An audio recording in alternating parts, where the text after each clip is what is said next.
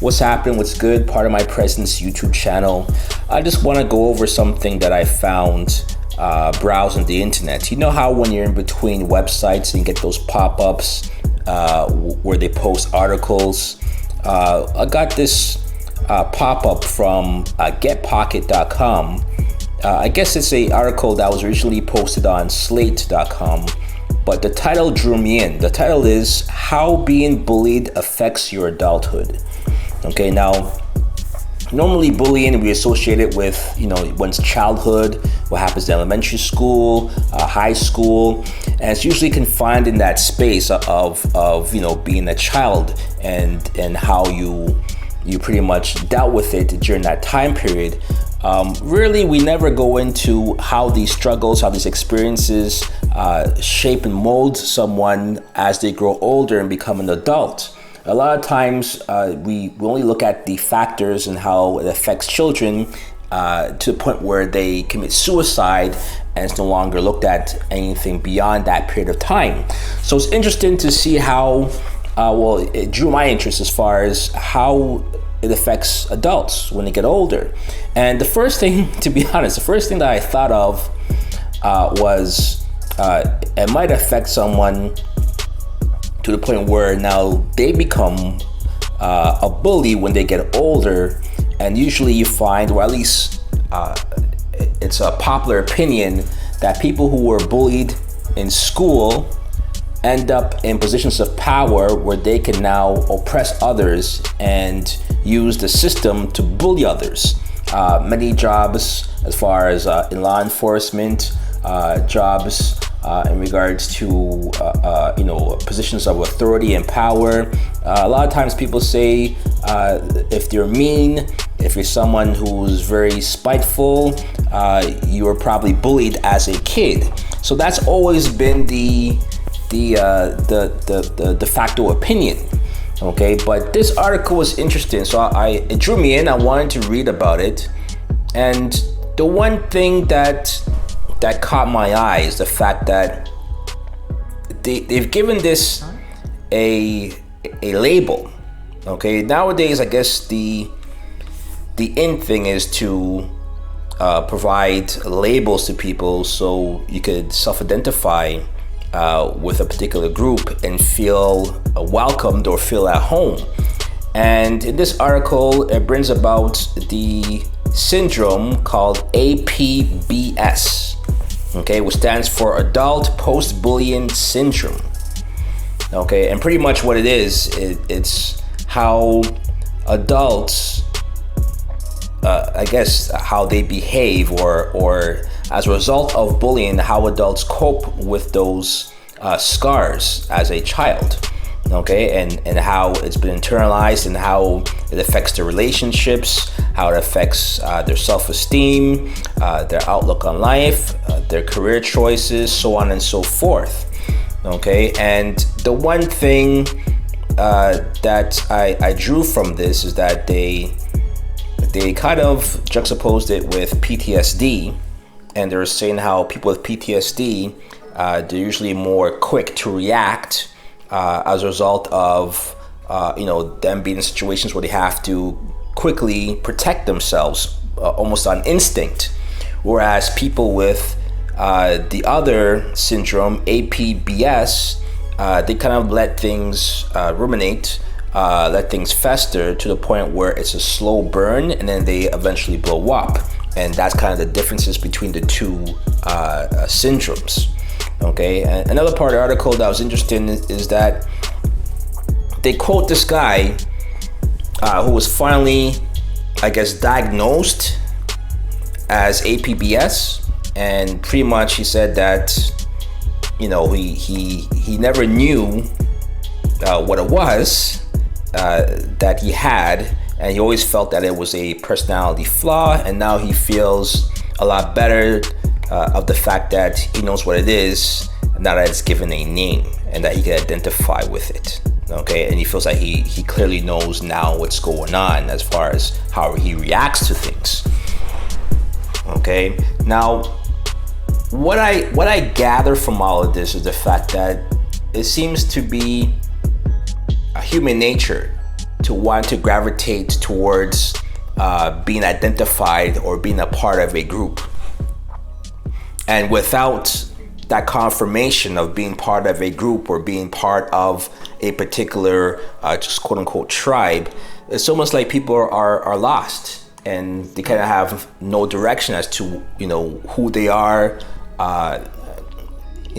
what they've become, or what direction to go into, or they don't have any understanding as to what their triggers are if they're not given a particular syndrome, right? If you're not ADHD, if you don't have a personality disorder, if you're not someone who's bipolar, if you're not given these different labels, you're not sure of who you are and how to address certain things that you're dealing with in your life. And back in the day, it used to be considered as how people handle stress. People need to man up or become an adult. People have defects or character flaws. Now, to be honest, it doesn't really matter how you label it. There's negative connotations about things, but all in all, it's the exact same thing. If what has occurred to you in your past experiences, affects, what you've become and how you operate today, I wouldn't say that's a flaw, but it definitely is something that derives from your experiences and who you are. Okay, so I wouldn't take that as a negative, right? Because there's also positives with that as well too. If you're someone who had a great childhood, if you're someone who's always had great experiences, if you're a part of a football team and you grew close bonds with people, all those positive, quote unquote, positive experiences in your past, it does lead to you making particular decisions in life going forward. It also tweaks your personality, your self-esteem, your trajectory. All of those things are at play. And it's good to have that identifier where you can look at it and say, yes, this is who I am. Now I understand myself.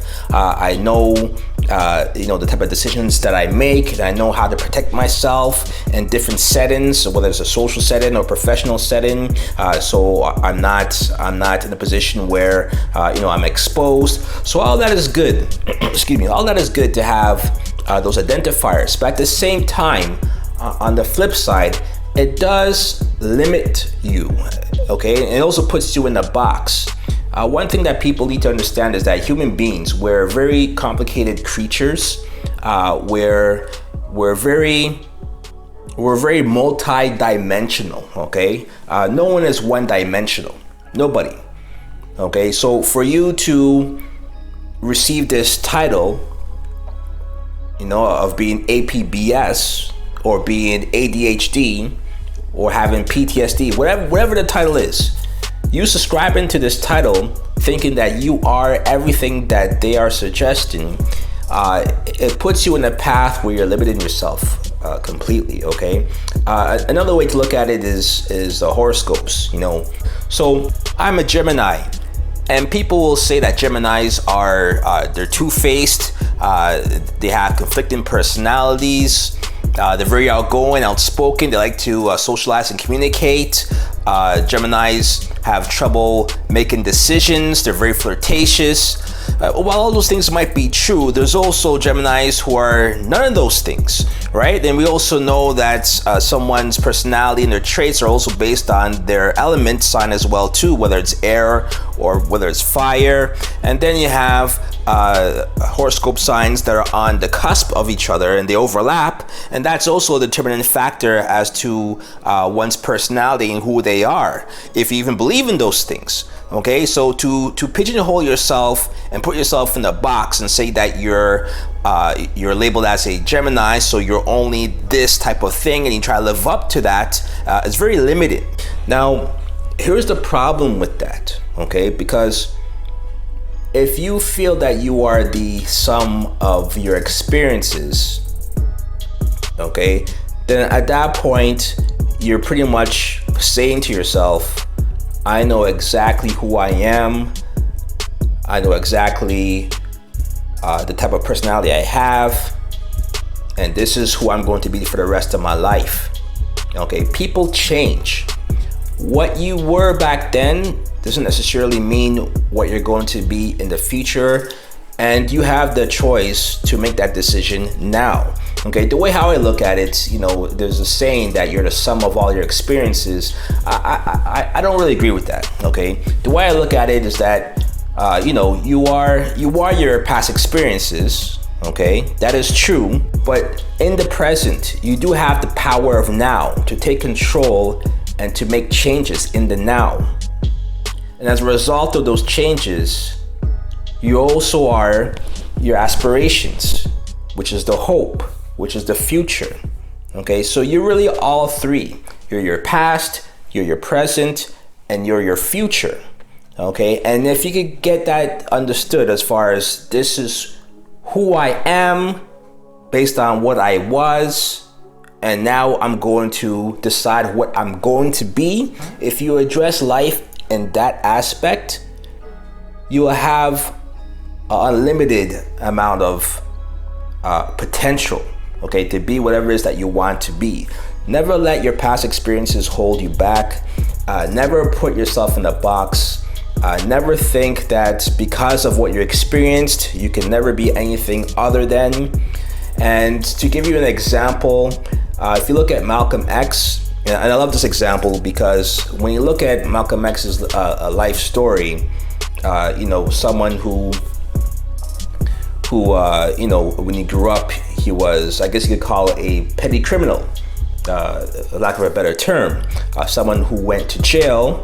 And while in prison, someone must have seen something in him, whether it was the way how he spoke or whether it was his demeanor or his intelligence, his raw intelligence. They took him under their wing and brought him into the Nation of Islam. And under that guidance and tutelage, he ended up becoming one of the greatest speakers, one of the greatest civil rights leaders, activists, iconic figures of all time. Okay, and he went from Malcolm Little to becoming Malcolm X. Okay, the iconic figure that we know today. Okay, and it just goes to show that you're not the sum of all your experiences, because I'm pretty sure growing up he was probably told that he wouldn't amount to anything. Okay, and especially going to jail, how many times have you heard that if you've gone to jail, you're not going to be anybody, you're the scourge of the earth, you're a menace to society? And for him to go from that position, study, read books, convert into Islam, invest in oneself, having pride, and transform into the figure that we know as Malcolm X, it's really the perfect example of my point here, is that you cannot define yourself based on what someone gives you as far as a label, a cookie cutter description of who you are and what you're meant to be. Okay, so my advice to you is don't put yourself in this box. You are who you want to be. You are who you were. You are who you are at the moment, the power of now, and you are who you want to be in the future. Okay, so acknowledge your past. Make the necessary changes in your life now, in the present. Do what you gotta do now in the present to make the change that you need, that you're looking for, and have the aspirations, have the hope to become the person that you want to be in the future. And I think that's very important. If you look at yourself in those three aspects, your past, your present, and your future, there is no limits that you could place on yourself. There is nothing that anybody could say, whether it's a school counselor, whether it's one of your teachers in high school, or even your professors in post-secondary, whether it's your boss, your manager, an uptight coworker. There's nothing that anyone could say to you that could make you think any less of yourself, that can make you think that you can only be one person, one way, one type of individual. You are what you think, and it's important that you think of yourself as the greatest person around and someone who could actually do exactly what they set their mind to do. So that's my message for you today. This is for anyone who needs to hear it. Part of my presence YouTube channel. Like, comment, subscribe. Peace.